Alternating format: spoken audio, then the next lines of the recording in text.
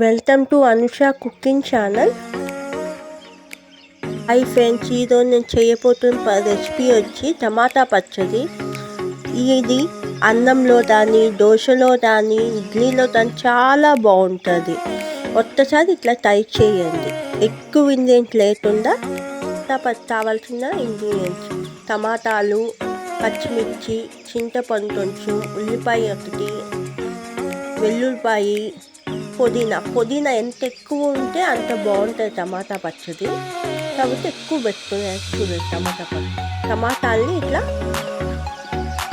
చిన్నగా తొట్టుకోవాలి. మరీ చిన్నగా అవసరం లేదు, ఎందుకంటే మిక్సీ వేసేస్తాం కాబట్టి మరీ చిన్నగా అవసరం లేదు. కొంచెం మీడియం సైజ్లో తోసి పెట్టుకోండి.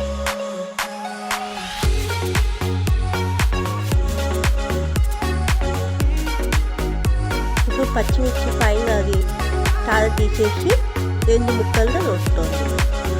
పచ్చిమిర్చి చూస్తోని వేసుకోండి, కారాన్ని బట్టి వేసుకోండి.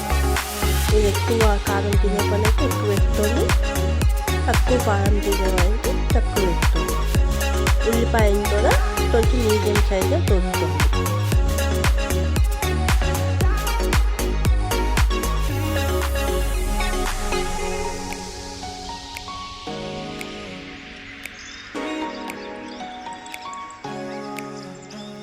పుదీనాని ఇట్లా ఒలిచి వేసుకోండి.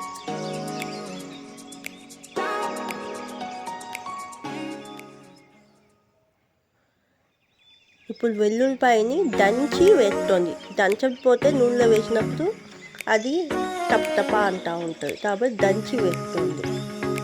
ఇప్పుడు స్టవ్ వెలిగించి ఒక బాండిల్ పెట్టి కొంచెం నూనె పోస్తున్నా.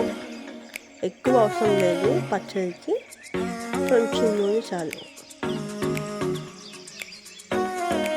ఒక 5 స్పూన్లు నూనె సరిపోతుంది. ఇప్పుడు టమాటాలు వేద్దాం. ముందు పచ్చిమిర్చి వేద్దాం, ఉల్లిపాయ,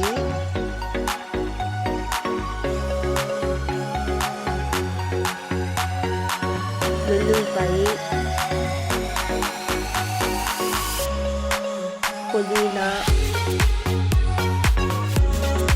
కొంచెం చింతపండు చుట్టూ వేస్తుంది. ఎంత తాట్ని అయితే తీసుకుంటారో దాన్ని బట్టి చింతపండు వేస్తే ఎక్కువ వేసుకుంటే పులుపు అయిపోతుంది, కాబట్టి ఎక్కువ వేస్తుంది.